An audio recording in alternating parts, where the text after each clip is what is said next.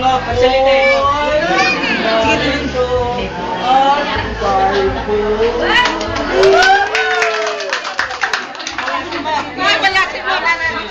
Jerome, magsalita daw kayo.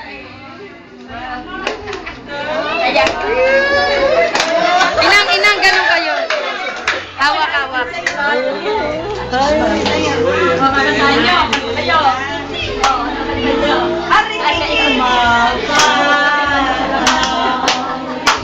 Wari ko ba sinta?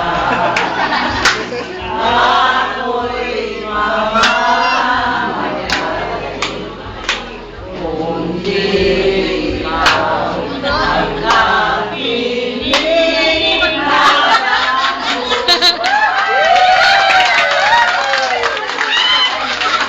Jerome, sasalita. Jerome, magsalita daw po kayo.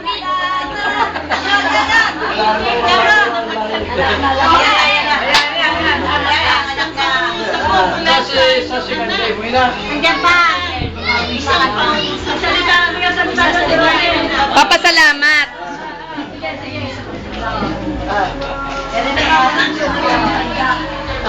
Ako'y nagpapasalamat sa inyo lahat ng mga dito.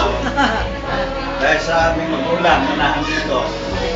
Na talagang kami lahat kami nasisiya sa edad na ito nandito pa rin. Hindi katulad ng iba. Ikaw iniwang agad. Kami kumpleto at hanggang ngayon. Kami sa edad namin ito, meron pa kami naihingahan ng problema namin na mapagtapayo kami. Isang ipinagmamalaki namin at siguro kami isang mapalad dahil nandito pa rin ang buhay ang aming mga magulang na sinasabi ko nga, labing-isa kaming lahat na magkakapatid. Hindi namin iniintindi. Hindi namin kami pa iniintindi. Sabi ko nga sa misis ko, maswerte ka kayo. At ang magulang namin sa edad na yan dapat intindihin namin. Pero ang totoo noon, pag kami umuwi rito, ang kinakutam ako, tinatanong may problema ba? Pagka sa pinansyal, inaabot ang tao. Napakaswerte namin at kami nagpapasalamat sa Panginoon Diyos. Pinagkaloob sa amin at pinatubayan namin magulang na hanggang ngayon buhay pa. At kinatutuwa namin na nandito kayong lahat.